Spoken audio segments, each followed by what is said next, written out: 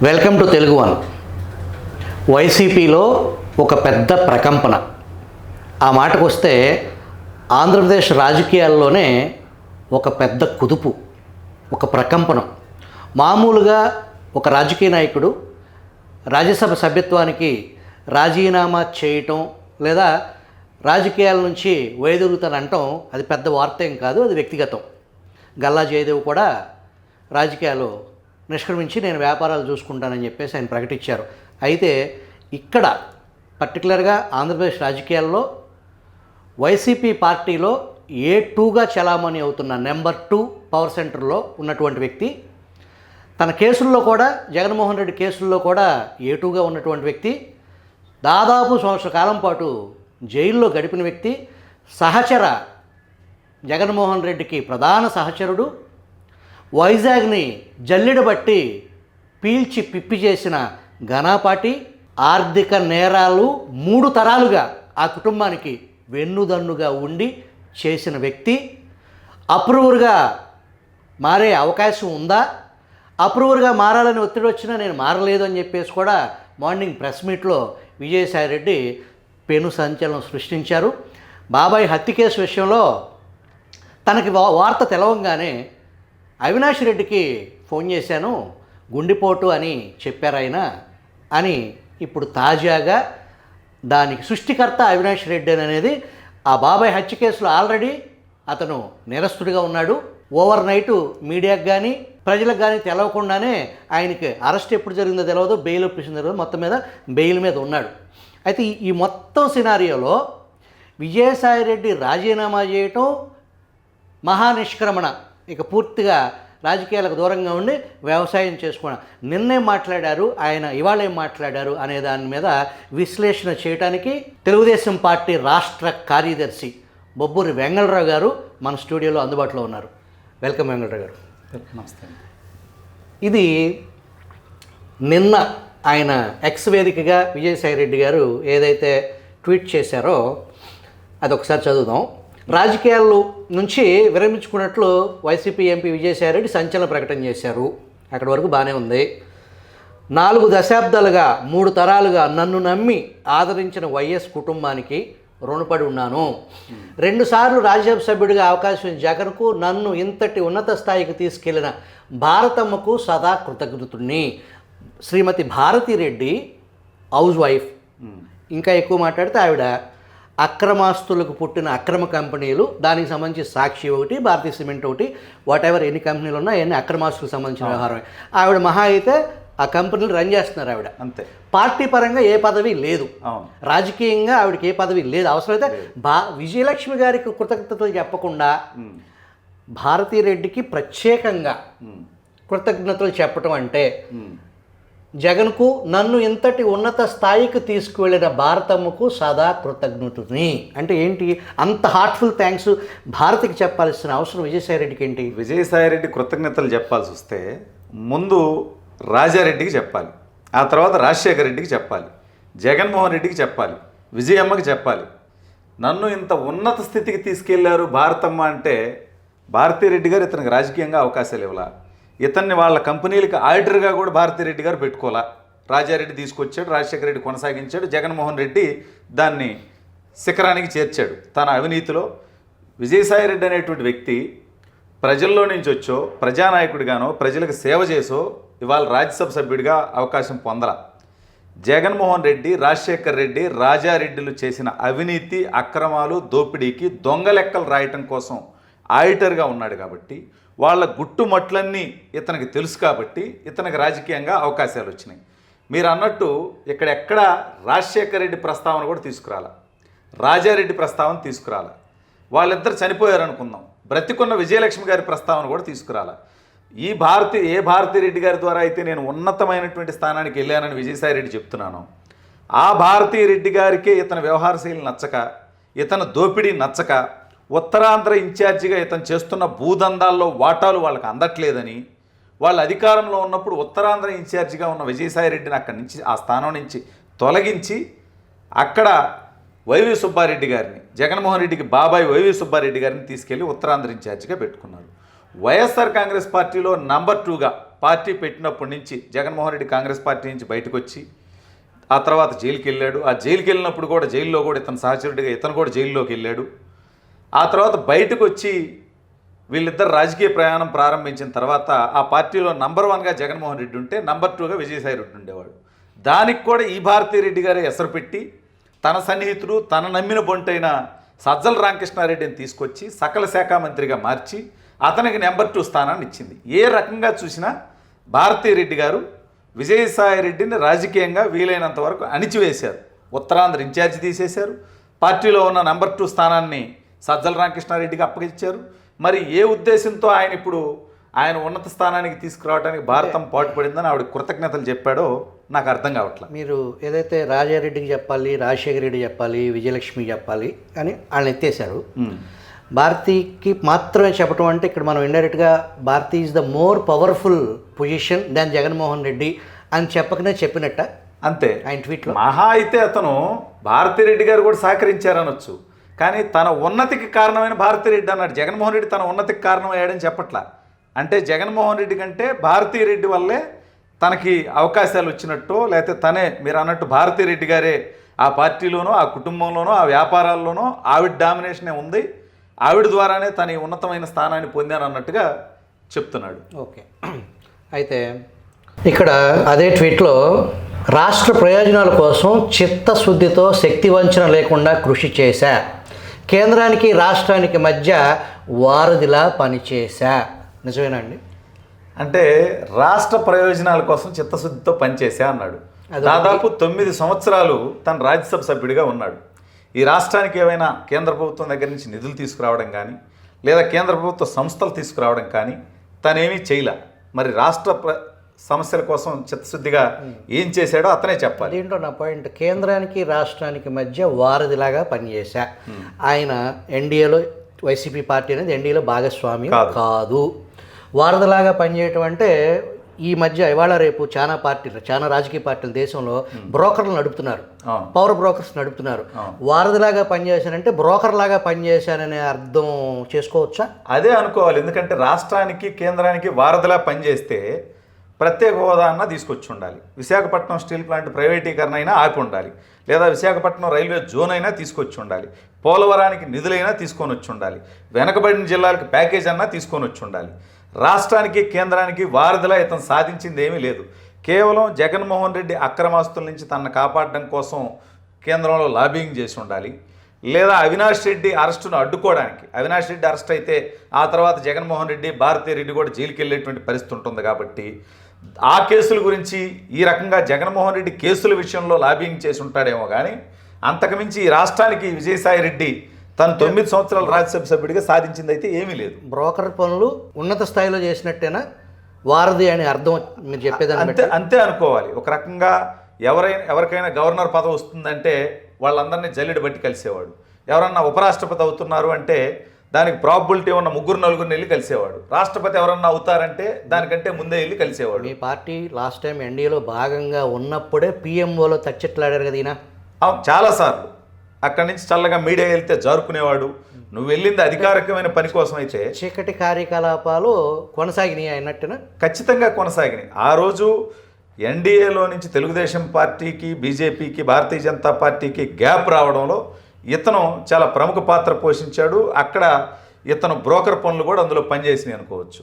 ఇక్కడ ఇంకోటి చూస్తే అండి, తెలుగు రాష్ట్రాల్లో నాకు గుర్తింపునిచ్చిన ప్రధాని మోడీ, హోంమంత్రి అమిత్ షాకు ప్రత్యేక ధన్యవాదాలు. దీని గురించి వివరించండి. ఇతనికి ఆడిటర్గా అవకాశం ఇచ్చింది రాజారెడ్డి, రాజశేఖర రెడ్డి, జగన్మోహన్ రెడ్డి. ఇతనికి రాజకీయంగా అవకాశం ఇచ్చింది జగన్మోహన్ రెడ్డి.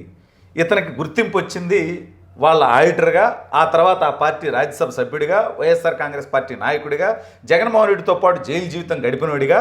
ఇదే విజయసాయి రెడ్డికి ఉన్న గుర్తింపు తప్ప ఇతనికి భారతీయ జనతా పార్టీకి ఏం సంబంధం? ఇతను రాజకీయాల్లోకి వచ్చినప్పటి నుంచి నిష్క్రమించే వరకు ఎప్పుడూ భారతీయ జనతా పార్టీతో వైఎస్ఆర్ కాంగ్రెస్ పార్టీకి ఎటువంటి అధికారికమైనటువంటి పొత్తు లేదు. మరి ఇతని గుర్తింపుకి మోడీ గారు ఏ విధంగా కారణమయ్యారో, అమిత్ షా గారు ఏ విధంగా కారణమయ్యారో అది ప్రజలకు అతనే వివరించాలి. బీజేపీ పార్టీ కూడా ఇతను ఏదైతే అమిత్ షాకి మోడీకి ప్రత్యేక ధన్యవాదాలు చెప్పారో ఈవెన్ భారతీయ జనతా పార్టీ కూడా దీని మీద స్పందించాల్సిన అవసరం ఉంది కదా. ఏ కారణం చేత అంతలాగా హార్ట్ఫుల్ థ్యాంక్స్ అతని ఉన్నతికి. మరొకసారి చదువుతాను చూడండి. తెలుగు రాష్ట్రాల్లో నాకు గుర్తింపునిచ్చిన ప్రధాని మోడీ, హోంమంత్రి అమిత్ షాలకు ప్రత్యేక ధన్యవాదాలు. ఖచ్చితంగా విజయసాయి రెడ్డి అనేటువంటి వ్యక్తి ఒక ఆర్థిక నేరగాడు, ఒక దోపిడీదారుడు. అధికారాన్ని అడ్డం పెట్టుకొని విశాఖపట్నంలో భూ దోపిడీ దగ్గర నుంచి ఆంధ్ర క్రికెట్ అసోసియేషన్ తన అల్లుడి చేతిలో పెట్టి ఆ రకంగా దోచుకోవడం దగ్గర నుంచి కాకినాడ పోర్టులో ఇటీవల ఇతని మీద ఈడీ పెట్టినటువంటి కేసు విచారణకు హాజరైనటువంటి విషయం మనందరికీ తెలుసు.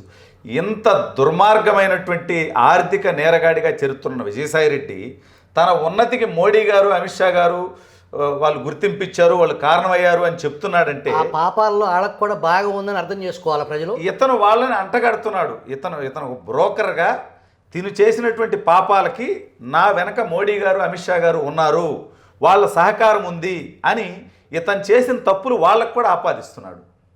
రైట్. చంద్రబాబుతో విభేదాలు లేవు, పవన్తో చిరకాల స్నేహం. అంటే మీరు చుట్టాలా తెరన్మల? అతను మాట్లాడే మాటలకి ఇవాళ గతంలో మాట్లాడినటువంటి మాటలకి నిన్న రాజీనామా చేసేటప్పుడు ఇచ్చిన ప్రకటనకి సంబంధమే లేదు. చంద్రబాబు నాయుడు గారిని అత్యంత నీచంగా, ఇతను పెద్దల సభలో ఉన్నటువంటి వ్యక్తి కానీ రాజ్యసభ గౌరవాన్ని కూడా దిగజారుస్తూ రాజ్యసభలో ఉండదగినటువంటి వ్యక్తిగా అత్యంత కుసంస్కారమైనటువంటి భాషతో ఇతను ట్వీట్లు పెట్టేవాడు. సరే, అవన్నీ పెట్టింది ఇతను కాదు, ఎవరో వైసీపీ పెద్దల చేతిలో ఇతను సోషల్ మీడియా హ్యాండిల్స్ ఉండేవి, వాళ్ళు పెట్టేవాళ్ళు అని కూడా చెప్పేవాళ్ళు. కానీ ఇతను చంద్రబాబు నాయుడు గారిని వ్యక్తిగతంగా అనేక సార్లు నువ్వు రాజకీయాల నుంచి ఇంకా శాశ్వతంగా ఆయన శరీరం గురించి, బాడీ షేమింగ్ వ్యవహారం దగ్గర నుంచి అనేక అశ్లీలంగా, చాలా అసభ్యంగా ఆయన్ని కానీ లోకేష్ గారిని కానీ పవన్ కళ్యాణ్ గారిని కానీ అత్యంత నీచంగా కుసంస్కారంతో బహుశా రాజ్యసభ సభ్యుడిగా ఉండి భారతదేశ చరిత్రలో ఎవరూ కూడా ఇంత నికృష్టమైనటువంటి భాషా పదాలు వాడి ఉండరు. అంత చండాలమైనటువంటి మాటలు మాట్లాడి ఈరోజు తన రాజకీయాల నుంచి నిష్క్రమిస్తోంది కూడా తనకున్నటువంటి కేసులు అవి వెంటాడుతాయి, వాటి వల్ల ఇబ్బందులు పడతాను, చంద్రబాబు నాయుడు గారు పవన్ కళ్యాణ్ గారు తనను ఏమన్నా టార్గెట్ చేస్తారేమో, తన కేసుల్లో కదలికి తీసుకొస్తారేమో అనేటువంటి భయంతోనే ఈ రకమైనటువంటి మాటలు మాట్లాడుతున్నారు అనుకోవాలి. పవన్తో చిరకాల స్నేహం అన్నారు. ఇప్పుడు మీ కూటమి భాగస్వామి డిప్యూటీ సీఎం పవన్ కళ్యాణ్ కూడా దీని మీద ఆ స్నేహం ఏంటో జన సైనికులకి, ఈ రాష్ట్ర ప్రజలకి సమాధానం ఆయన చెప్పాల్సిన అవసరం ఉందా లేదా? ఖచ్చితంగా నాకు తెలిసి అయితే పవన్ కళ్యాణ్ గారితో ఇతనికి ఎటువంటి స్నేహం ఉందని నేను అనుకోవట్లా. ఇతని నాయకుడు, ఇతనికి అవకాశాలు ఆర్థికంగాను రాజకీయంగా ఇచ్చిన జగన్మోహన్ రెడ్డి ఏమో ఇదే పవన్ కళ్యాణ్ గారిని నలుగురు పెళ్ళాలంటాడు, కార్లు మార్చినట్టు మారుస్తాడంటాడు, తన ఇష్టం వచ్చినట్టు బహిరంగ వేదికల మీద స్వయంగా జగన్మోహన్ రెడ్డి ముఖ్యమంత్రి స్థాయిలో ఉండి మాట్లాడతాడు. ఇతనేమో ఆ పార్టీలో ఏటూగా ఉంటూ, అతని కేసుల్లో ఏటూగా ఉంటూ పవన్ కళ్యాణ్తో నాకు స్నేహం ఉందంటాడు. ఖచ్చితంగా ఇదంతా కూడా ఒక డ్రామా అనుకోవచ్చు. దీంట్లో కూడా ఇందాక అనుకున్నట్టుగానే మోడీ గారిని అమిత్ షా గారిని ఇతను తప్పుల్లో ఏ రకంగా అయితే భాగస్వామ్యం చేస్తున్నాడో, పవన్ కళ్యాణ్ గారిని చంద్రబాబు నాయుడు గారిని కూడా ఆ విధంగానే ఇతను ఈ కేసులోకి లాగాడు అనుకోవచ్చు. ఇక్కడ సాక్షిలో వార్త, రాజకీయాల నుంచి తప్పుకుంటున్నా ఏదైతే ఆయన ట్వీట్ చేశారో విజయసాయి రెడ్డి, అది పబ్లిష్ చేశారు. దాంతో పాటుగా ఇది చాలా కీలకమైన వ్యవహారం. ఇది పార్టీ శ్రేణులు విస్మయం. పార్టీ శ్రేణులు విస్మయం అంటే జగన్మోహన్ రెడ్డి కానీ భారతీ రెడ్డి కానీ కాదు విస్మయం చెందింది, పార్టీ శ్రేణులు. ఆ పార్టీ శ్రేణుల ముసుగులో వీళ్ళ అభిప్రాయాన్ని ఈ పత్రిక నడిపే వానరమ్మ గారు కానీ ఆమె భర్త ఒపీనియన్ని పార్టీ శ్రేణుల విస్మయం అని చెప్పేసి ఒక హెడ్డింగ్ పెట్టారు సభని. వైఎస్ఆర్సీపీ రాజ్యసభ పక్ష నేత విజయసాయిరెడ్డి రాజకీయాల నుంచి తప్పుకుంటున్నానని, రాజ్యసభ సభ్యత్వానికి కూడా రాజీనామా చేస్తానని ప్రకటించడం బాధాకరమని పార్టీ శ్రేణులు పేర్కొంటున్నాయి. తాను ప్రలోభాలకు లొంగలేదని సాయిరెడ్డి పేర్కొన్నప్పటికీ వైఎస్ఆర్సీపీ బలంతో గెలిచి ఇంకా 3.5 ఏళ్ల పదవీ కాలం ఉండగానే రాజ్యసభ సభ్యత్వానికి రాజీనామా చేయాలని నిర్ణయించుకోవటం పరోక్షంగా కూటమి పార్టీలను లబ్ధి చేకూరుస్తుంది కదా అని ప్రశ్నిస్తున్నారు. ఎందుకంటే ఆయన రాజీనామా చేసిన స్థానంలో మళ్ళీ పోటీ చేసి గెలిచేంత సంఖ్యాబలం ప్రస్తుతం వైఎస్ఆర్సీపీకి లేదు. అంటే దీని అర్థం బీజేపీ టీడీపీలకు చెందిన వారు ఎంపీలుగా ఎన్నికయ్యేందుకు ఈ చర్య పరోక్షంగా ఉపకరిస్తుందని విశ్లేషిస్తున్నారు. అధికారం కోల్పోయి కష్టకాలంలో ఉన్నప్పుడు పార్టీ గొంతుకును మరింత బలంగా వినిపిస్తూ ప్రజల తరపున పోరాడాల్సిన తరుణంలో ఇలా రాజకీయాల నుంచి తప్పుకోనున్నట్లు ప్రకటించడం, రాజ్యసభ సభ్యత్వానికి రాజీనామా చేయాలని విజయసాయిరెడ్డి నిర్ణయించుకోవటాన్ని వైఎస్ఆర్సీపీ శ్రేణులు తప్పుపడుతున్నాయి. దీన్ని ఎలా చూడాలండి? అంటే ఈ విశ్లేషణలు విస్మయాలన్నీ కూడా పార్టీ కార్యకర్తలే తప్ప జగన్మోహన్ రెడ్డి విస్మయం చెందలేదా? అంటే జగన్మోహన్ రెడ్డికి ఇది ముందే తెలుసా? లేదంటే ఇవాళ రాష్ట్రంలో చాలామంది అనుమానపడుతున్నట్టుగా జగన్మోహన్ రెడ్డే తన కేసుల నుంచి తప్పించుకోవడం కోసం ఇతన్ని రాజకీయాల నుంచి శాశ్వతంగా వైదొలగమని జగన్మోహన్ రెడ్డి భారతిరెడ్డి డైరెక్షన్లోనే ఈ మాటలు అన్నాడా? నిజంగా విస్మయం చెందితే తనకి ఇన్ని అవకాశాలు కల్పించి తన ఉన్నత స్థానానికి కారణమైన జగన్మోహన్ రెడ్డి విస్మయం చెందాలి, ఆశ్చర్యం చెందాలి. లేదా ఇతన్ని తప్పు పట్టాల్సింది కూడా ముందు జగన్మోహన్ రెడ్డి పొందాలి. వైఎస్ఆర్ కాంగ్రెస్ పార్టీ కార్యకర్తలు ఇతన్ని ఎంపీగా గెలిపించలేదండి. ఇతన్ని రాజకీయ నాయకుడిగా వైఎస్ఆర్ కాంగ్రెస్ పార్టీ కార్యకర్తలు ఎప్పుడూ ఇతనికి అవకాశం కల్పించాల. ఇతను పరోక్షంగా ఎన్నికయ్యాడు రాజ్యసభకి. జగన్మోహన్ రెడ్డి అధికారం ఇస్తే, అవకాశం ఇస్తే ఇతను స్థానాన్ని పొందాడు. దాని మీద విస్మయం చెందాల్సింది, ఇతని నిర్ణయాన్ని తప్పు పట్టాల్సింది జగన్మోహన్ రెడ్డి తప్ప కార్యకర్తలు కాదు. కార్యకర్తలు ఎన్నుకున్న నాయకుడు అయితే కార్యకర్తలు తప్పు పట్టాలి. కార్యకర్తలు ఎన్నుకున్న లోక్సభ సభ్యుడో అసెంబ్లీ సభ్యుడో అయితే మేము ఓట్లేసి గెలిపించాం వైఎస్ఆర్సీపీ నుంచి, నువ్వు ఏ రకంగా మాకు అన్యాయం చేసిపోతావు అనాలి. జగన్మోహన్ రెడ్డి అవకాశం ఇచ్చాడు అతనికి పరోక్షంగా. కాబట్టి జగన్మోహన్ రెడ్డి విస్మయం చెందాలి, జగన్మోహన్ రెడ్డి దాని మీద స్పందించాలి. జగన్మోహన్ రెడ్డి ఇంతవరకు స్పందించలా. వాళ్ళ సొంత పేపర్లో కూడా జగన్మోహన్ రెడ్డి స్పందన ఏంటనేది కూడా రాయలా. అంటే జగన్మోహన్ రెడ్డి పాత్ర కూడా ఉంది విజయసాయిరెడ్డి రాజీనామా చేయడంలో అని కూడా భావించాల్సి ఉంటుంది. ఆ వివరాల తర్వాత మాట్లాడదాం. ఇక్కడ దారి ఖర్చులు దండగా ₹1 ఒప్పందాలు లేకుండానే ఒట్టి చేతులతో వెనక్కి చంద్రబాబు బృందం దావోస్ పర్యటన దారుణంగా విఫలం. రెడ్ బుక్ రాజ్యాంగంలో ఏపీలో పెట్టుబడులకు పారిశ్రామికవేత్తల విముఖత, ఎంఓఏలకు ఏ ఒక్కరూ ముందుకు రాని వైనం, ప్రసంగాలు, ప్రెస్ మీట్లు, స్వీయ గొప్పలకే బాబు పరిమితం. మహారాష్ట్రకు 16 లక్షల కోట్లకు పైగా పెట్టుబడులు. 2022లో దావోస్లో 1,26,000 కోట్లతో వైఎస్ జగన్ పెట్టుబడుల ఒప్పందాలు అంటూ దారి ఖర్చులు దండగా. ఇది ఉట్టిగొట్టం ఊరేగింపు అనేది మీ పార్టీ ఏదైతే మీ పార్టీ అధినేత పరివారం మొత్తం వెళ్ళి అక్కడ ఏమీ లేదు, బొక్కబడిపోయింది అనేది దాని అర్థం. నిజమేనది? దావోస్లో 4 రోజుల పాటు చంద్రబాబు నాయుడు గారు, లోకేష్ గారు ఈ రాష్ట్రాన్ని రిప్రజెంట్ చేస్తూ వందలాది మంది పారిశ్రామికవేత్తలను కలవడం జరిగింది. అక్కడేం వాళ్ళతో ముందే మాట్లాడుకొని వెళ్ళి ఒప్పందాలు చేసుకోవడానికి అక్కడికి వెళ్ళలేదండి. మా రాష్ట్రంలో ఈ అవకాశాలు ఉన్నాయి. దావోస్ అనేది పెట్టుబడులు ఒప్పందం చేసుకోవడం కోసం జరిగే వేదిక కాదు, మీటింగ్ కాదండి అది. అక్కడ మా రాష్ట్రంలో ఈ అవకాశాలు ఉన్నాయి, మేము ఈ రకమైనటువంటి సౌకర్యాలు మీకు కల్పిస్తాం, పెట్టుబడులు పెట్టండి అని పారిశ్రామికవేత్తలకి ఒకసారి మన రాష్ట్రంలో ఉన్నటువంటి పరిస్థితులు, మన రాష్ట్రంలో ఉన్న అవకాశాలు అక్కడ వాళ్ళకి చెప్పడం కోసం వెళ్ళారు. ఖచ్చితంగా ఒకే రోజు మాట్లాడేసుకొని మా రాష్ట్రంలో ఈ అవకాశాలు ఉన్నాయి, వచ్చేయండి, ఒక 50,000 కోట్లు పెట్టుబడి పెట్టండి అని పెట్టి వీళ్ళు చెప్తే అక్కడ 50,000 కోట్లు పెట్టే పరిస్థితి ఉండదండి. అక్కడ ఈ రాష్ట్రంలో ఉన్న అవకాశాలు వాళ్ళు పారిశ్రామికవేత్తలకు వివరించారు. వాళ్ళు తర్వాత దాన్ని రివ్యూ చేసుకుంటారు, మళ్ళీ రాష్ట్రానికి వస్తారు, ఆ తర్వాత పెట్టుబడులు పెడతారు. ఇప్పుడు లోకేష్ గారు కాగ్నిజెంట్ సీఈఓతో కలవడం జరిగింది, ఆయనకు వివరించడం జరిగింది. దాని మీద ఆయన భవిష్యత్తులో మనం పార్ట్నర్షిప్ ఏర్పాటు చేసుకోబోతున్నాం అన్నట్టుగా ఆయన ట్విట్టర్లో కూడా పెట్టడం జరిగింది. అక్కడ ఒప్పందం జరగలేదు, కానీ ఆయన తర్వాత దావోస్ నుంచి వచ్చిన తర్వాత ప్రపంచ పారిశ్రామికవేత్తలు మర్చిపోయిన ఆంధ్రప్రదేశ్ని ఇది ఒకటి సజీవంగానే ఉంది అనేది ఎస్టాబ్లిష్ చేయాలి. ఖచ్చితంగా ఈ రాష్ట్రంలో జగన్మోహన్ రెడ్డి విధ్వంసం చేయటం, ఈ రాష్ట్రం నుంచి పరిశ్రమలు పారిపోయే విధంగా చేయటం, ఈ రాష్ట్రంలో ఉన్నటువంటి పరిస్థితులు మారాయి, ప్రభుత్వం మారింది. అది ప్రపంచంలో ఉన్న పారిశ్రామికవేత్తలకు తెలియదు కదా. కొత్త ప్రభుత్వం వచ్చి 6 నెలలు అయింది. కాబట్టి మళ్ళీ చంద్రబాబు అనేటువంటి ఒక బ్రాండ్ ఆంధ్రప్రదేశ్లో ఉంది. పెట్టుబడులు పెట్టే వాళ్ళకి ఆ రకమైనటువంటి భరోసా ఇస్తుంది, వాళ్ళకి సహకరిస్తుంది అనేది ఆ వేదికగా ప్రపంచానికి చెప్పడం కోసం వెళ్ళారు. ఖచ్చితంగా ఇప్పుడు 16 లక్షల కోట్లు మహారాష్ట్రకు అన్నారు. అవన్నీ నిజంగా గ్రౌండ్ అయ్యేటువంటి పరిస్థితి ఉంటుందా? జగన్మోహన్ రెడ్డి 1,26,000 కోట్ల రూపాయలు పెట్టుబడి తెచ్చా అన్నాడు. ఏ కంపెనీలు తెచ్చాడో చూపిస్తే అది నిజమే అని నమ్మొచ్చు. 80 కోట్లు ఖర్చు అయిందని చెప్పి దుష్ప్రచారం చేశారు. 80 కోట్లు దేనికి ఖర్చు అవుతుంది? ఒక 4 రోజులు దావోసిల్ రావడానికి 80 కోట్లు ఖర్చు అవుతుందా? జగన్మోహన్ రెడ్డి లాగా దావోస్ పోతున్నా అని చెప్పి లండన్లో దిగటం, ఆమ్స్టర్డామ్ పోవటం, అంటే ఇవన్నీ తెలియక పాపం చంద్రబాబు నాయుడు గారు, లోకేష్ గారు నేరుగా దావోస్ వెళ్ళారు.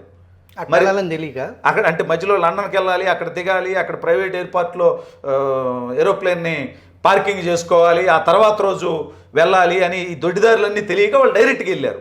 మేబీ అలా వెళ్ళటం వల్ల ఖర్చు పెరిగిందని చెప్పి వీళ్ళు అనుకుంటున్నారేమో. అంతే తప్ప ఈ పత్రిక అనేది మొత్తం విషం చెమ్మటం కోసం జగన్మోహన్ రెడ్డి కరపత్రిక తప్ప ఇది పాత్రికేయ ప్రమాణాలతో నడిచే పత్రిక. దీంట్లో రాసే రాతలు పట్టించుకోవాల్సిన అవసరమే లేదు. మరొక వార్త, గాలి లెక్కలు, గ్రాఫిక్స్ కబుర్లు. బాబు పాలనలో పెరిగిన అప్పులు, తగ్గిన రెవెన్యూ రాబడి, కుండబద్దలు కొట్టిన కాగ్ గణాంకాలు. 2047 కోట్లు తగ్గిన రెవెన్యూ రాబడి అనేది కాగ్ చంద్రబాబు నిర్వాహకం మూలాన ఇది రాష్ట్రం అప్పుల కుప్పలోకి వెళ్ళిపోతుందనేది కాగు చెప్పింది అనే దాన్ని ప్రముఖ వార్తగా ప్రచురించారు. దీన్ని మనం ఇంకొక పేపర్లో చూద్దాం. ఇది ఆంధ్రజ్యోతి కథనం. అదే వార్త, అదే కాగు. జగన్ హయాంలో ఆంధ్ర విలవిల, ఆర్థికంగా కునారిల్లిందంటూ నీతి ఆయోగ్ నివేదిక వెల్లడి. తీవ్ర ఆర్థిక లోటు, భారీగా అప్పులు, అతి తక్కువ మూలధన వ్యయం. ఘోరంగా దెబ్బతిన్న ఆంధ్రప్రదేశ్ ఆర్థిక ఆరోగ్య సూచీలో 17వ స్థానం. అప్పుల చెల్లింపు సామర్థ్యం 0. రాష్ట్రానికి ఆర్థిక చేయూత అవసరం. ఇప్పటికైనా మూలధన వ్యయ సామర్థ్యాన్ని ఏపీ పెంచుకోవాలి, ఆర్థిక క్రమశిక్షణ పాటించాలని సూచన. ఆర్థికంగా బలమైన రాష్ట్రాల్లో ఒడిశా ఫస్ట్, తెలంగాణ 8వ స్థానం. ఈ వార్తని, ఆ నీతి ఆయోగ్ ఈ డేటాని సాక్షి పత్రిక కేవలం మీ ప్రభుత్వ పాలన, కూటమి పాలన 8 నెలలకే ఈ దారుణం జరిగిందనేది సాక్షి కథనం. వాళ్ళు గత 5 సంవత్సరాల్లో రాష్ట్రాన్ని అప్పులు కుప్పగా మార్చి దాదాపు ఒక 7-8 లక్షల కోట్ల రూపాయలు అప్పు చేసి దాని నుంచి సంపద సృష్టించేటువంటి ప్రయత్నం చేయకుండా, ఈ మూలధన వ్యయం చేయకుండా కేవలం అప్పు చేయటం, బటన్ నొక్కా అని చెప్పి ప్రజల అకౌంట్లో వేయటం, దానివల్ల రాష్ట్రానికి ఆదాయం రాకుండా పోయింది. తెచ్చిన అప్పులు కూడా కట్టేటువంటి పరిస్థితి లేదు అనేది గత 5 సంవత్సరాల్లో జరిగిన విధ్వంసం మీద, ఆర్థిక పరిస్థితి మీద కాగ్ రిపోర్ట్ ఇస్తే దాన్ని 6-7 నెలల పరిపాలనకు అంటగట్టడం అంటే ఇంక అంతకంటే దౌర్భాగ్యం, అంతకంటే దుర్మార్గం ఉండదు. 6-7 నెలల్లో ఎంత అప్పులు చేసి ఉంటారు, ఎంత వడ్డీలు కట్టేటువంటి పరిస్థితి. అతి తక్కువ మూలధన వ్యయం అంటే క్యాపిటల్ ఇన్వెస్ట్మెంట్. ఏదైనా రూపాయి పెడితే వెనక్కి రిటర్న్ ట్యాక్స్ రూపంలో వెనక్కి వచ్చేది. ఒక బిల్డింగ్ గట్లా, ఒక ప్రాజెక్టు గట్లా. పట్టిసీమ ఆ రోజు పోలవరం లేట్ అవుతుంది, ఈ పట్టిసీమని ఈ రకంగా యూటిలైజ్ చేసుకుంటే దానికి ఒక 1500 కోట్లు పెడితే ఇప్పుడు అది ఒక 30,000 కోట్ల సంపద సృష్టించింది. ప్రతి సంవత్సరం 100 TMC నీళ్ళు అదనంగా వస్తుంది, లక్షల ఎకరాలు పంటలు పండుతున్నాయి. దానివల్ల పెట్టిన ఖర్చు 1500 కోట్లు అయితే ఇప్పటికి దాదాపు 30,000 కోట్లు రైతులకు రాబడి వచ్చింది. తిరిగి వాళ్ళు దాన్ని, ఆ డబ్బును తీసుకొచ్చి మళ్ళీ ఆర్థిక వ్యవస్థలో పెడతారు. దానివల్ల రాష్ట్రానికి రాబడి పెరుగుతుంది. క్యాపిటల్ ఇన్వెస్ట్మెంట్ ఈ జగన్మోహన్ రెడ్డి గవర్నమెంట్లో అసలు అతి స్వల్పం ఆ క్యాపిటల్ మూలధన వ్యయం అని దాని మీద అసలు పెట్టలేదు. పురోగతికి ఏం పెట్టలేదు, ఓన్లీ అప్పు, బటన్ నొక్కి ఇచ్చేసారు, అది ఆవిరైపోయింది అనేది సంపద. ఈ 5 సంవత్సరాల విధ్వంసం, ఆర్థిక విధ్వంసం, వ్యవస్థల విధ్వంసం, కక్ష, పగ, కసి, ఇన్ని అవలక్షణాల పాలనలో ఇంకా ఆ పత్రిక నడుపుతున్న, గతంలో అదే పత్రిక భాగస్వామ్యం వాళ్లే ఈ రాష్ట్రాన్ని పరిపాలించింది. ఆ పత్రికలో ఇలాంటి కథనాలు వస్తుంటే మీరు ఇంకా దాన్ని ఒక పత్రికగా గుర్తించటం, దానికి ఈ మధ్య మీ పార్టీకి సంబంధించిన ఒక ఎంపీ ఎన్టీఆర్ వర్ధంతిని సాక్షిలో యాడ్ ఇవ్వటం, దాన్ని ఎలా చూడాలి వెంకటరావు గారు? ఖచ్చితంగా సాక్షి రాసే రాతల మీద, గతంలో కూడా లోకేష్ గారి మీద కూడా ఆయన చిరుతిళ్ళు లక్షలాది రూపాయలు తిన్నారు గత ప్రభుత్వంలో అని చెప్పి ఎయిర్పోర్ట్లో ఆయన రాసిన రాతల మీద కూడా లోకేష్ గారు ఆల్రెడీ పరువు నష్టం దావా వేసి ఒక కేసు నడుస్తుంది. అలాగే ఇటీవల కూడా అమిత్ షా గారు పర్యటించినప్పుడు మాట్లాడినటువంటి మాటల్ని వక్రీకరించి సాక్షిలో రాతలు రాసినందుకు కూడా నిన్న మొన్న సాక్షి పేపర్ మీద కేసు నమోదు చేయడం జరిగింది. అయితే వీటితో సరిపోదు, ఇంకా సాక్షి రాసే ఇటువంటి రాతల మీద ఖచ్చితంగా గట్టిగా కేసులు నమోదు చేయాలి. అదేవిధంగా ఈ ప్రెస్ బ్యూరో ఏదైతే ఉందో భారతదేశ స్థాయిలో, వాళ్ళకు కూడా దీని మీద కంప్లైంట్ ఇవ్వాలి. ఈ రకంగా దీన్ని కరపత్రంగా మార్చుకొని సాక్షి చేసే విష ప్రచారం వల్ల ప్రజల్లో కూడా ఆందోళన చెలరేగేటువంటి అవకాశం ఉంది. పారిశ్రామికవేత్తలకు కూడా అనుమానాలు వచ్చేటువంటి అవకాశం ఉంది. వీళ్ళు గతంలో కూడా వాళ్ళ బాబాయిని వాళ్ళే చంపుకొని నారాసుర రక్త చరిత్ర అని ఒక పేజీ అంతా రాసిన చరిత్ర కూడా ఉంది. ఖచ్చితంగా సాక్షి పేపర్ మీద చర్యలు తీసుకోవాలి. సాక్షి పేపర్ని, సాక్షి ఛానల్ని బ్యాన్ చేసే దిశగా కూటమి ప్రభుత్వం చర్యలు తీసుకోవాలని నేను కోరుకుంటున్నాను. బాబు కక్ష ఖరీదు 3 లక్షల కోట్లు. భారీగా పెట్టుబడుల అవకాశాన్ని కోల్పోయిన ఏపీ. రెడ్ బుక్ రాజ్యాంగం ప్రముఖ పారిశ్రామికవేత్తపై వేధింపులకు చెల్లించిన మూల్యం. వేలాదిగా ఉద్యోగ ఉపాధి అవకాశాలు గండి, ఏపీలో పెట్టుబడులు, జేఎస్డబ్ల్యూ గ్రూప్ విముఖత, మహారాష్ట్రలో జిందాల్ 3 లక్షల కోట్ల పెట్టుబడులు, గచ్చిరోలి, నాగపూర్లో ఉక్కు, సోలార్, ఆటోమొబైల్, సిమెంట్ పరిశ్రమలు, చైనా సంస్థతో కలిసి ఈవీలు, బ్యాటరీ తయారు చేసే పరిశ్రమ ఏర్పాటు, తెలంగాణలో 800 కోట్లతో Jindal drone technology unit, Davos వేదికగా బహిర్గతమైన కూటమి సర్కారు నిర్వాకం అంటూ ఏదైతే జిందాల్ జత్వానీని సమర్థించి ఒక వల హనీ ట్రాప్ మహిళ కోసం ఈ పారిశ్రామికతను వేధించటం కారణంగా 3 లక్షల కోట్లు ఆంధ్రప్రదేశ్కి రావాల్సిన పెట్టుబడి పోయిందంట. దీనికి ఏం చెప్తారు? అసలు జిందాల్ స్టీల్ ఇప్పుడు దాదాపు 4-5 చోట్ల జిందాల్ స్టీల్ కంపెనీలు ఉన్నాయి. వాటి అంతటి వాల్యూ కలిపే 50,000 కోట్లు లేదు. 3 లక్షల కోట్లు తీసుకొచ్చి ఎక్కడెక్కడ పెట్టుబడి పెడతాడు? కడపలో స్టీల్ ప్లాంట్ కోసం వీళ్ళతోటి శంకుస్థాపన చేశాడు జగన్మోహన్ రెడ్డి 2-3 సంవత్సరాల క్రితం. 2-3 సంవత్సరాల క్రితం శంకుస్థాపన జరిగితే ఇప్పటి వరకు అక్కడ ఏ రకమైనటువంటి పనులు జరిగినాయి? 1000 ఎకరాలు భూములు జిందాలకు అప్పగించాడు జగన్మోహన్ రెడ్డి ఈ స్టీల్ కంపెనీ కోసం. మరి అక్కడ గత 2 సంవత్సరాల్లో ఏమన్నా ఒక 100 కోట్లన్నా అక్కడ పెట్టుబడి పెట్టారా? అక్కడ ఏమన్నా పనులు జరిగినాయా? కడప ప్రజలకు తెలుసు కదా అక్కడ ఏం జరిగింది, ఏం జరగలేదని. ఇవన్నీ పేపర్ మీద రాతలు తప్ప, ఇవన్నీ విష ప్రచారాలు తప్ప. నిజంగా జరుగుంటే జిందాల్ ఫ్యాక్టరీకి, ఉక్కు స్టీల్ ఫ్యాక్టరీకి జగన్మోహన్ రెడ్డి శంకుస్థాపన చేశాడు. మరి కడపలో ఇప్పటి వరకు ఎంత దాని మీద ఖర్చు పెట్టారో జగన్మోహన్ రెడ్డి, వైఎస్ఆర్ కాంగ్రెస్ పార్టీ లేదా ఈ సాక్షి పేపర్ అక్కడ వాస్తవాలతో ఇదిగో ఇప్పటి వరకు ఈ 1000 కోట్లు ఖర్చు పెట్టి ఈ రకమైనటువంటి బిల్డింగులు కట్టారు, ఈ రకమైనటువంటి మిషనరీ తెప్పించారు, ఇంతమందికి ఉద్యోగ ఉపాధి అవకాశాలు కల్పించారు అనేటువంటిది ఆధారాలతో సహా రాస్తే ఇది ప్రజలు నమ్మే పరిస్థితి ఉంటుంది. కానీ అంటే ఇతను పారిశ్రామికవేత్త కాబట్టి ఒక మహిళని వేధిస్తే, ఓ తప్పుడు కేసులు పెడితే ఆవిడ్ని తీసుకొచ్చి అక్రమంగా అనధికారికంగా తీసుకొచ్చి అరెస్టు చేసి తన కుటుంబాన్ని చిత్రహింసలకు గురి చేస్తే కేసు పెట్టొద్దు, దాని మీద విచారణ చేయొద్దు అనేది వీళ్ళ భావమా? ఇప్పటి వరకు కనీసం ఆ కేసుకు సంబంధించి జగన్మోహన్ రెడ్డి స్పందించాల, జిందాల్ స్పందించాల. మీరు తప్పు చేయనప్పుడు ఇన్ని రోజులుగా ఇంత ప్రచారం జరిగింది ఈ రాష్ట్రంలో, ఇదంతా తప్పుడు ప్రచారం అయితే వీళ్ళు కనీసం ఎందుకు ఆ ప్రచారం చేసే వాళ్ళ మీద కేసులు పెట్టేటువంటి ప్రయత్నం ఎందుకు చేయలేదు? ఇంత పెద్ద పారిశ్రామికవేత్త, తన మీద ఒక మహిళకి సంబంధించినటువంటి ఆరోపణలు వచ్చాయి, ఈ ఆరోపణలు తప్పు అనేటువంటి ప్రయత్నం అన్నా ఎప్పుడన్నా తను ఖండించడం మనం చూసామా? లేదు. కేవలం ఈ సాక్షి పేపర్ని అడ్డం పెట్టుకొని ప్రజల్లో గందరగోళం సృష్టించడం కోసం చేసే ప్రయత్నమే కానీ నిజంగా ఈయన 3 లక్షల కోట్లు పెట్టుబడి పెట్టేది లేదు. ఈయన పెట్టడం వల్ల వచ్చే ఉద్యోగ ఉపాధి అవకాశాలు ఏమీ లేవు. అంటే ఇప్పుడు జేఎస్డబ్ల్యూ డ్రామా జగన్ హయాంలో, అంతకుముందు రాజశేఖర రెడ్డి టైంలో గాలి జనార్దన్ రెడ్డి బ్రహ్మణి స్టీల్స్ అదే భాగవతం అనుకో. అంతే, ఆ రకంగా దోపిడీ చేసుకోవడం కోసమే గాలి జనార్దన్ రెడ్డి కూడా నేను బ్రాహ్మణి స్టీల్స్ పెడతానని చెప్పి శంకుస్థాపనలు చేయించుకున్నాడు. కర్ణాటక అనంతపురం బార్డర్లో వేలాది టన్నులు దోచుకొని కోట్లాది రూపాయలు అక్రమంగా సంపాదించుకున్నాడు తప్ప ఒక్క ఉద్యోగం ఇవ్వలేదు, ఒక్క పరిశ్రమ స్థాపించలేదు. జిందాల్ కూడా ఆ రకంగా జగన్మోహన్ రెడ్డికి దోచిపెట్టడం కోసం, జగన్మోహన్ రెడ్డికి చాలా సన్నిహితమైనటువంటి వ్యక్తిగా, జగన్మోహన్ రెడ్డి ఆ సన్నిహితం సంబంధంతోనే జత్వానీ విషయంలో వీళ్ళకి హెల్ప్ చేశాడనేది కదా బహిర్గతం అయిపోయింది. ఆ అమ్మాయి ఈ రాష్ట్రంలో వచ్చి ఆ అమ్మాయి కేసు పెట్టి తన తప్పు చేయలేదు కాబట్టి, తన వైపు న్యాయం ఉంది కాబట్టి ఆడబిడ్డ అయినా వచ్చి కేసు పెట్టి పోరాటం చేస్తుంది.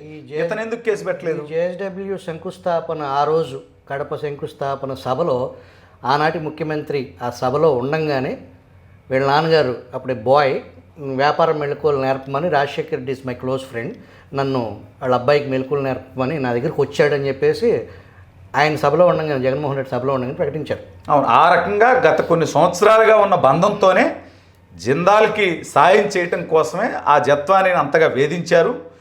అంతే తప్ప అతను అక్కడ పెట్టుబడి పెట్టుంటే ఆ శంకుస్థాపన చేసినప్పటి నుంచి ఈ రోజు వరకు అక్కడ ఏం పని జరిగిందనేది కడపలో ఆ స్టీల్ ప్లాంట్ వాళ్ళు ఏదైతే శంకుస్థాపన చేసిన ప్రాంతాన్ని ఆధారాలతో సహా ఫోటోలతో వీడియోలతో చూపించి వాళ్ళు మాట్లాడితే ప్రజలు నమ్మే పరిస్థితి ఉంటుంది.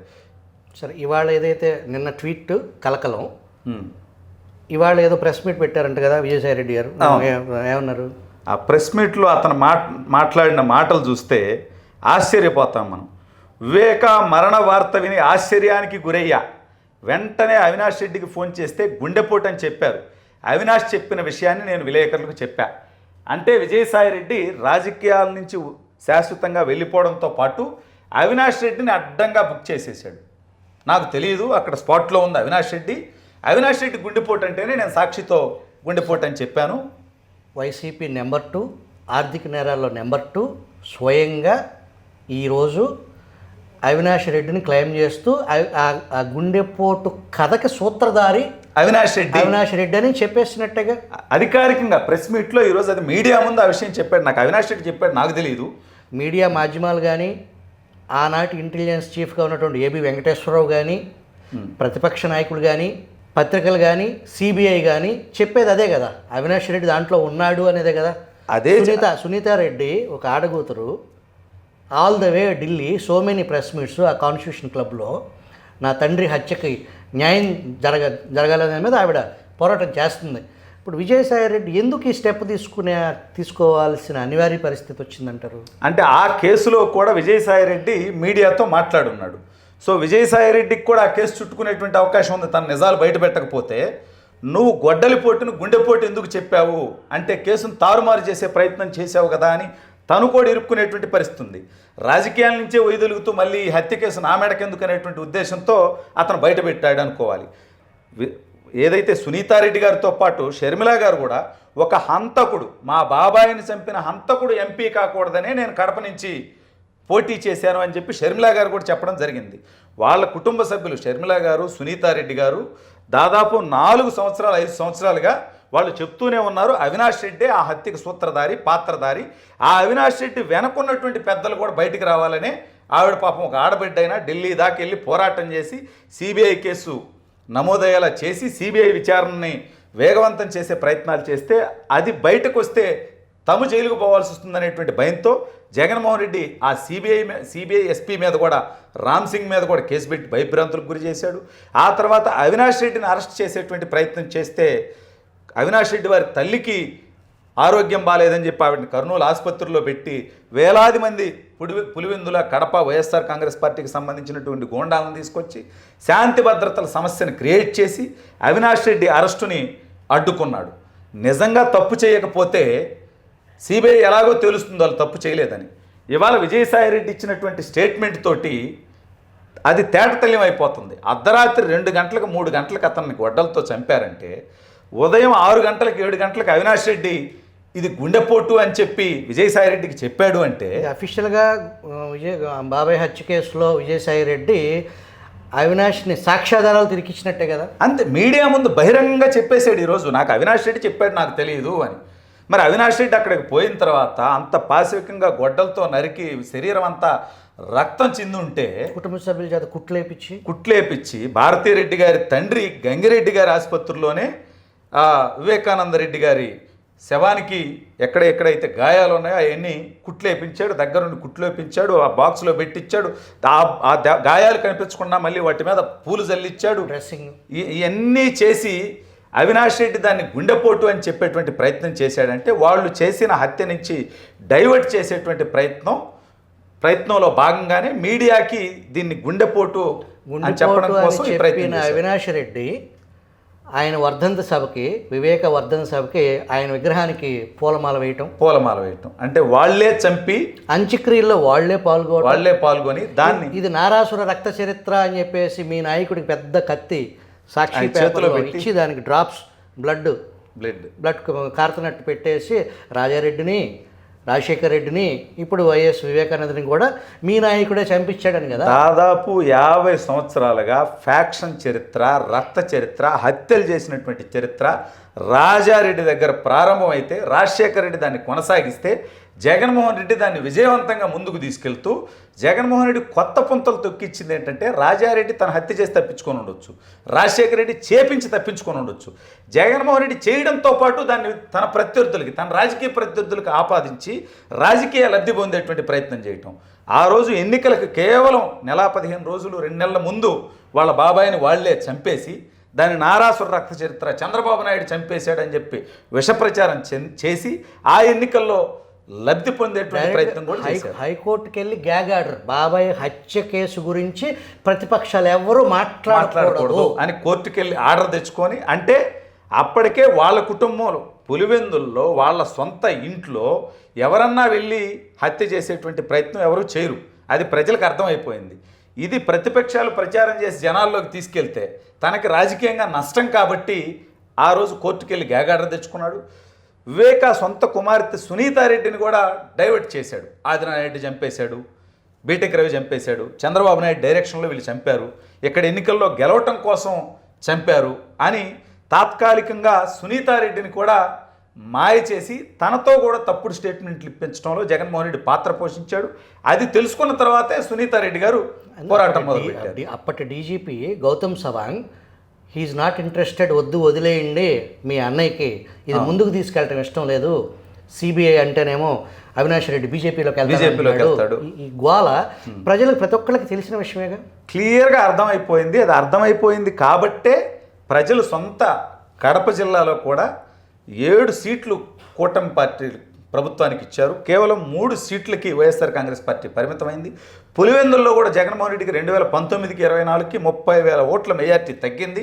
కడప ఎంపీ స్థానం 4,05,00,000తో గెలుస్తున్న కడప ఎంపీ స్థానం చావు తప్పి కన్నులొట్టబోయిన సందంగా 60,000 మెజార్టీతో గెలిచారు. అది కూడా షర్మిల పోటీ చేసి 1,50,000 ఓట్లు కాంగ్రెస్ పార్టీకి వచ్చినాయి కాబట్టి వాళ్ళు కడప ఎంపీ గెలవగలిగారు. కడప ప్రజలు కూడా, పులివెందుల ప్రజలు కూడా హత్య చేసింది వాళ్ళే అని నమ్మే వాళ్ళు కడప జిల్లాలో కూడా ఆ రకమైనటువంటి తీర్పు ఇచ్చారు. అది పక్కన పెడితే ఇవాళ విజయసాయి రెడ్డి ప్రెస్ మీట్లో నన్ను ఏదైతే అప్రూవర్గా మారమని ఒత్తిడి వచ్చినా అనేది చెప్పినట్టున్నారు కదా. అవును, దాన్ని ఎలా చూడాలి అంటే అప్రూవర్గా మారమని ఒత్తిడి వచ్చిందంటే దాని అర్థం ఏంటి? లోగుట్టు వైఎస్ కుటుంబంతో విభేదాలు లేవు, అప్రూవర్గా మారాలని ఒత్తిడి వచ్చినా మారలేదు, వెన్నుపోటు రాజకీయాలు నాకు తెలియదు అని విజయసాయి రెడ్డి ఈరోజు ప్రెస్ మీట్లో మాట్లాడాడు. అసలు అప్రూవర్గా మారాల్సినటువంటి పరిస్థితి ఎందుకు వస్తుంది? ఆ పదం ఎందుకు వాడారు? అప్రూవర్ అంటే ఒక సంఘటన జరిగితే దాంట్లో నాకు భాగస్వామ్యం ఉంది, ఆ నేరంలో నేను తప్పు ఒప్పుకున్నాను, నన్ను శిక్ష నుంచి తప్పించండి. అది అప్రూవర్గా మారమన్నా నేను మారనన్నాను అనేది కదా దాని అర్థం. అసలు అప్రూవర్ అనే పదం ఎందుకు ఆయన వాడాల్సి వచ్చింది? అంటే తప్పు చేశాము, జగన్మోహన్ రెడ్డి నేను కలిసి తప్పు చేశామనేది ఒప్పుకున్నాడు. తప్పు చేశాం కానీ నన్ను అప్రూవర్గా మారమని చెప్పినా కూడా నేను మారలేదు అంటే జగన్మోహన్ రెడ్డి దోపిడీలో నేను భాగస్వామి అయ్యాను, జగన్మోహన్ రెడ్డి దోపిడీకి నేను సహకరించాను, నేను ప్రత్యక్ష సాక్షిని, మేమిద్దరం కలిసే చేశాము, నన్ను కేసుల నుంచి తప్పిస్తాము, నన్ను అప్రూవర్గా మారిపో, జగన్మోహన్ రెడ్డిని ఇరికిద్దాం అంటే నేను దానికి ఒప్పుకోలేదన్నాడు. అసలు తప్పే జరగనప్పుడు అప్రూవర్గా మారమనేటువంటి పరిస్థితి ఎందుకు వస్తుంది? అక్కడ తప్పే జరగకపోతే, నువ్వు జగన్మోహన్ రెడ్డి కలిసి తప్పు చేయకపోతే నువ్వు అప్రూవర్గా మారినా జరిగేది ఏముంటుంది? నువ్వు అప్రూవర్గా మారితే దాని గుట్టుమట్లు, దాని లోటుపాట్లు, మీరు చేసినటువంటి తప్పుడు పనులు బయటికి చెబితే నువ్వు అప్రూవర్గా మారటం వల్ల జగన్మోహన్ రెడ్డి ఇబ్బంది పడితే జీవితాంతం జైల్లో ఉండాలిగా. వాస్తవానికి సాయిరెడ్డి అప్రూవర్గా మారితే ఖచ్చితంగా తను 2004 నుంచి 2009 కాలంలో వైఎస్ వివేకానంద రెడ్డి కంటే గొప్పోడా సాయిరెడ్డి అప్రూవర్గా మారటానికి? అప్రూవర్గా మారితే ఏం జరిగిద్దో విజయసాయి రెడ్డికి తెలియదా? తెలుసు, అందుకనే అప్రూవర్గా మారలేదు. తనేమి జగన్మోహన్ రెడ్డి మీద ప్రేమతో కాదు. అప్రూవర్గా మారితే సొంత బాబాయినే బాత్రూంలో అత్యంత పాశవికంగా నరికి చంపారు. అసలు నా డౌట్ ఏంటంటే జగన్మోహన్ రెడ్డి, నేను ఒక సమాచారం ఇన్పుట్ ఇస్తాను మీకు.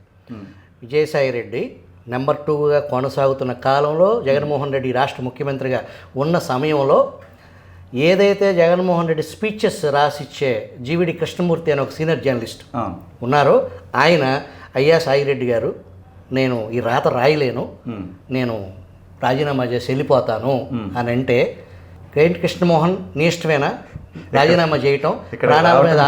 ప్రాణాల మీద ఆశ లేదా? ఏం మాట్లాడుతున్న పిచ్చి మాటలు, అట్లాంటి అవకాశం ఉండదు నీకు అని విజయసాయి రెడ్డి నాతో అన్నాడని జీవిడి కృష్ణమోహన్ ఒక ఆత్మీయుడికి చెప్పుకున్నాడు. అంటే ఒక స్పీచ్లు రాసే ఒక సీనియర్ జర్నలిస్టు తన ప్యాలెస్లో అనునిత్యం స్పీచ్లు రాసే అతను నేను వెళ్ళిపోతానంటే కుదరదు, వాళ్ళు చంపేస్తారనే భావన సాయిరెడ్డి జీవిడి కృష్ణమోహన్తో స్వయంగా షేర్ చేసుకున్నాడంటే అప్రూవర్గా మారమన్నా నేను మారనన్నాను అని ఎవరో చెప్తున్నాడు? మనకు కాదు చెప్పేది, ప్రెస్కి చెప్తున్నాడు. ప్రెస్ ద్వారా జనాలకు కూడా కాదు కదా. అంటే జగన్మోహన్ రెడ్డికి భారతీ రెడ్డికి చెప్తున్నట్ట?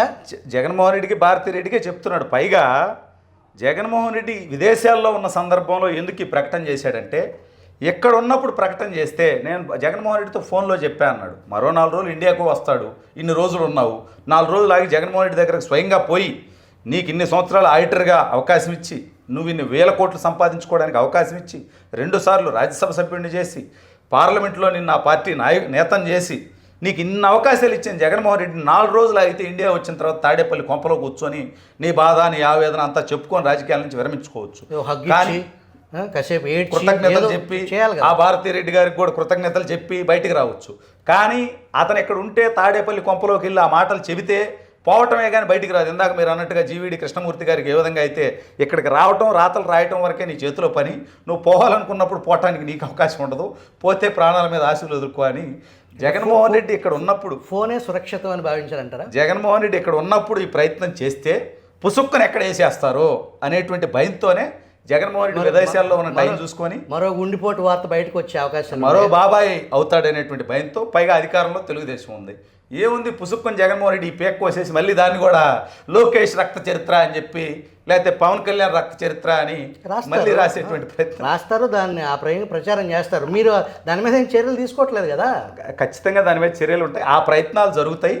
అందుకని జగన్మోహన్ రెడ్డి విదేశాల్లో ఉన్నప్పుడు సడన్గా ఇది చేసేస్తే కనీసం ప్రాణాలతో మిగులుతాననే ఉద్దేశంతోనే ఎంపీకి రాజకీయాలకి శాశ్వతంగా నేను ఇక ముగింపు పలుకుతున్నానని చెప్పి, ఇక నా శేష జీవితం వ్యవసాయం చేసుకుంటా అంటాడు. ఇతని జీవితానికి ఇతను బతుకు ఎప్పుడైనా వ్యవసాయం చేశాడా? దొంగ లెక్కలు రాసి వేలాది కోట్లు సంపాదించి విశాఖపట్నం చుట్టూ వేలాది ఎకరాలు దోచుకొని ఇప్పుడు పోయి ప్రకృతి వ్యవసాయం చేస్తాడు. మాట అన్నారు, నా అల్లుడికి కూతురికి 1000 కోట్ల ఆస్తి ఉంది, ఆ 1000 కోట్ల ఆస్తి నాదని నాకు ఆపాదించడం తగదు అన్నారు. దాన్ని ఎలా చూడాలి? అంటే విజయసాయి రెడ్డికి ఉన్నది ఒకే కుమార్తె, సరే ఆవిడ కూడా ఆయన సొంత కుమార్తె కాదు, ఆయన ఏడో దత్తత తీసుకున్నాడు అంటారు, వారసత్వం లేదు కాబట్టి దీన్ని దోచుకున్నదంతా వాళ్ళ పేర్ల మీద పెట్టి ఇవాళ నా పేరు మీద ఏం లేదు, నా అల్లుడికి కూతురికి ఆస్తులు ఉందంటే నీ పేరు మీద పెట్టుకొని నువ్వేం చేయాలి? ఇంకా సరే ఆ ఉద్దేశంతోనే ఆవిడెవరో దేవాదాయ శాఖలో ఉన్నటువంటి ఉద్యోగి శాంతి గారితో నాకు ఒక వారసుడు కావాలన్నాడని, ఆ శాంతికి పుట్టినటువంటి బిడ్డ విజయసాయి రెడ్డి బిడ్డే అని చెప్పి శాంతి భర్తే, మనం పోవట్లేదండి, శాంతి భర్త చెప్పింది చెప్తున్నాను. ఆ ప్రయత్నం ఏమన్నా చేసి ఆ రోత అశ్లీలం వద్దు. కానీ ఫైనల్ క్వశ్చన్ ఈ చర్చ ముగించే ముందు, ఏదైతే విజయసాయి రెడ్డి పునీతుడయ్యి నేను రాజీనామా చేస్తున్నాను, మళ్ళీ ఇక రాజకీయాల వైపు రాను, ఏ పార్టీలో జాయిన్ అవను, రాజకీయం ఈ శాఖ నుంచి మాట్లాడను అని ఇక నేను పునీతుణ్ణి అని చెప్పుకున్నాడు. అయితే అతను చేసిన పాపాలు మీ కూటమి ప్రభుత్వం ఇక్కడ కానీ ఢిల్లీ కానీ క్షమించేసి శ్వేతపత్రం లాగా అతను పులికడిగిన ముత్యం అని చెప్పేసి ఆ రాజీనామా డ్రామాతో అతను పూర్తి స్వచ్ఛమైన ఒక ఇండియన్ సిటిజన్ లాగా మారే పరిస్థితి, ఇక తన మీద ఎటువంటి చర్యలు తీసుకునే పరిస్థితి ఉండకపోవచ్చా? ఖచ్చితంగా అటువంటి పరిస్థితి ఉంటుందని నేను అనుకోవట్లేదు. చేయాల్సిన పాపాలన్నీ చేసి గంగలో మునిగితే పాపాలు పోతాయి అన్నట్టుగా నువ్వు చేయాల్సిన అవినీతి చేసి, అక్రమాలు చేసి, భూదందాలు చేసి, జగన్మోహన్ రెడ్డి చేసిన ప్రతి పాపంలోనూ భాగస్వామిగా ఉండి వేలాది కోట్ల రూపాయలు సంపాదించుకొని కాకినాడ సీపోర్టుని వాళ్ళ మెడ మీద కత్తులు పెట్టి వాళ్ళతో రాపించుకొని విశాఖపట్నంలో భూదోపిడీలు చేసి అన్ని రకాలైనటువంటి తప్పుడు పనులు చేసి ఇక ఈ శేష జీవితంలో కేసులు ఎందుకు అని చెప్పి నేను రాజకీయాల నుంచి వైదొలగడం అంటే చేసిన తప్పులన్నిటికీ ప్రాయశ్చిత్తం అయిపోయినట్టు, ఆ పాపాలన్నీ కడిగేసుకున్నట్టు కాదు. ఖచ్చితంగా విజయసాయిరెడ్డి రాజకీయాల నుంచి వైదొలిగినా సరే తన మీద ఉన్నటువంటి కేసులు కొనసాగుతాయి, తను చేసినటువంటి తప్పుల మీద విచారణ జరుగుతుంది, ఖచ్చితంగా తను చేసిన తప్పులకి శిక్షించబడతాడు అని నేనైతే 100% నేను నమ్ముతున్నా. ఇలా అయితే చాలామంది రాజకీయ నాయకులు రాజకీయాల్లోకి వచ్చేసి తప్పుడు పనులు చేసి దోపిడీలు చేసుకొని నేను ఇక రాజకీయాల నుంచి విరమించుకుంటున్నానంటే ప్రజల సంపదన ఆ రకంగా దోచేసుకొని ఒక 5 ఏళ్ళు 10 ఏళ్ళు 20 ఏళ్ళు దోచుకొని నేను ఇక రాజకీయాల నుంచి తప్పుకుంటున్నా అంటే వదిలేసేటువంటి పరిస్థితి ఉంటే ఈ దేశంలో ఇక ప్రజాస్వామ్యం మీద నమ్మకం పోతుంది, న్యాయ వ్యవస్థ అంటే నమ్మకం పోతుంది. కాబట్టి ఆ రకంగా ఉంటుందని నేనైతే అనుకోవట్లా. మోడీకి అమిత్ షాకి ప్రత్యేక ధన్యవాదాలు తెలిపిన విజయసాయి రెడ్డి రాజకీయాలు శాశ్వతంగా వదిలిపెట్టేసి ఏ పార్టీలో జాయిన్ అవ్వను అని ప్రకటించిన సందర్భంలో అతను గతంలో చేసిన తప్పులకి శిక్షింపబడతారా లేదా ఆయన చెప్పినట్టు ఆ ధన్యవాదాలు ఇంకా కొనసాగుతాయా అనేది వేచి చూద్దాం. థ్యాంక్ యూ వెరీ మచ్ అండి. Thank you.